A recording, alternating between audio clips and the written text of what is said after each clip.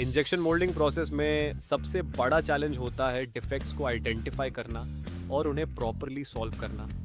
अगर आपको डिफेक्ट्स का रूट कॉज और सॉल्यूशन समझ आ गया तो आप इजीली प्रोडक्शन और क्वालिटी कंट्रोल कर सकते हो। शॉर्ट डिफेक्ट तब होता है जब मोल्टन प्लास्टिक मोल्ड कैविटी को कंप्लीटली फिल नहीं कर पाता, प्रोडक्ट अधूरा रह जाता है या कुछ पोर्शन मिसिंग होता है। इसका में रीज़न होता है low injection pressure, low temperature, slow injection speed या मटेरियल का प्रॉपर मेल्ट ना होना। कभी कभी गेट साइज छोटा होने की वजह से भी फ्लो रिस्ट्रिक्ट हो जाता है। इसको सॉल्व करने के लिए इंजेक्शन प्रेशर बढ़ाया जाता है, टेम्परेचर को ऑप्टिमाइज किया जाता है और इंजेक्शन स्पीड को इंक्रीज किया जाता है। साथ ही मटेरियल ड्राइंग और गेट डिज़ाइन भी चेक करना चाहिए। फ्लैश डिफेक्ट तब होता है जब मोल्टन प्लास्टिक मोल्ड के पार्टिंग लाइन या इजेक्टर पिन एरिया से बाहर निकाल जाता है और एक्स्ट्रा पतली लेयर बन जाती है। इसका रीजन होता है हाई इंजेक्शन प्रेशर, लो क्लैंपिंग फोर्स या मोल्ड अलाइनमेंट इश्यू। इसको कंट्रोल करने के लिए क्लैंपिंग फोर्स इंक्रीज करना चाहिए, इंजेक्शन प्रेशर कम करना चाहिए और मोल्ड अलाइनमेंट और वेयर कंडीशन चेक करनी चाहिए। सिप मार्क डिफेक्ट प्रोडक्ट के सरफेस पर छोटे डिप्रेशन के फॉर्म में दिखाई देता है जो मोस्टली थिक सेक्शंस में होता है। ये तब होता है जब प्लास्टिक श्रिंक होता है और उसको प्रॉपर पैकिंग नहीं मिलती।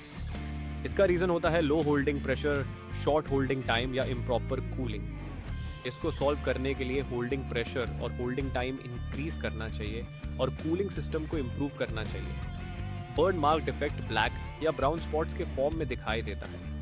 ये तब होता है जब मटेरियल ओवरहीट हो जाता है या ट्रैप्ड एयर कॉम्प्रेस होकर बर्न क्रिएट करती है। इसका रीज़न होता है high temperature, high injection speed या पूर वेंटिंग। इसको सॉल्व करने के लिए टेम्परेचर को रिड्यूस करना चाहिए, इंजेक्शन स्पीड कंट्रोल करनी चाहिए और मोल्ड वेंटिंग इम्प्रूव करनी चाहिए। फ्लो मार्क डिफेक्ट सरफेस पर वेवी या लाइन पैटर्न के फॉर्म में दिखाई देता है। ये तब होता है जब मोल्टन प्लास्टिक उनइवन स्पीड से फ्लो करता है।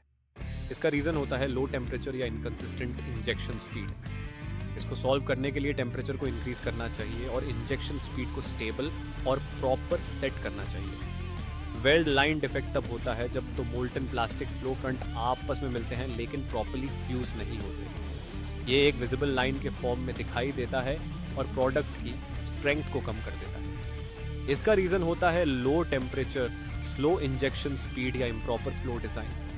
इसको सॉल्व करने के लिए टेम्परेचर और इंजेक्शन स्पीड को इंक्रीज करना चाहिए और गेट लोकेशन को ऑप्टिमाइज करना चाहिए। सिल्वर स्ट्रीक डिफेक्ट सरफेस पर सिल्वर लाइंस या स्ट्रीक्स के फॉर्म में दिखाई देता है। ये मोस्टली मॉइस्चर या गैस की वजह से होता है। अगर मटेरियल प्रॉपरली ड्राई नहीं होता तो इंजेक्शन के टाइम स्टीम बन जाती है जो सरफेस पर मार्क्स क्रिएट करती है।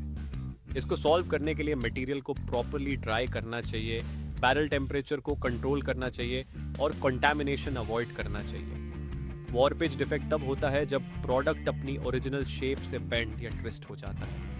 ये अनइवन कूलिंग या इंटरनल स्ट्रेस की वजह से होता है। इसका रीज़न होता है improper cooling, uneven wall thickness या incorrect packing.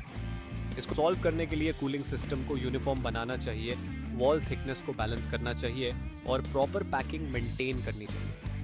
Air trap defect तब होता है जब मोल्ड कैविटी के अंदर एयर ट्रैप हो जाती है और वो प्रॉपरली बाहर नहीं निकल पाती। इससे बर्न मार्क्स या शॉर्ट जैसे डिफेक्ट्स भी आ सकते हैं। इसका रीज़न होता है पूर वेंटिंग या फास्ट इंजेक्शन स्पीड। इसको सॉल्व करने के लिए वेंटिंग इम्प्रूव करनी चाहिए और इंजेक्शन स्पीड को कंट्रोल करना चाहिए। बबल डिफेक्ट प्रोडक्ट के अंदर या सरफेस पर एयर पॉकेट्स के फॉर्म में दिखाई देता है। ये मोस्टली गैस या मॉइस्चर की वजह से होता है। इसका रीज़न होता है इम्प्रॉपर ड्राइंग, लो पैकिंग प्रेशर या हाई टेम्परेचर। इसको सॉल्व करने के लिए मटेरियल को ड्राई करना चाहिए, पैकिंग प्रेशर को इंक्रीज करना चाहिए और टेम्परेचर को कंट्रोल करना चाहिए। एक इम्पॉर्टेंट बात हमेशा याद रखो कि कोई भी डिफेक्ट एक ही रीज़न से नहीं होता। हर डिफेक्ट के पीछे मल्टीपल पैरामीटर्स का इफेक्ट होता है। इसलिए ट्रबल शूटिंग करते टाइम हमेशा एक पैरामीटर को चेंज करो और उसका रिजल्ट ऑब्जर्व करो। अगर आप डिफेक्ट्स को समझ गए और उनका सॉल्यूशन आपको आता है तो आप इंजेक्शन मोल्डिंग में एक्सपर्ट बन सकते हो।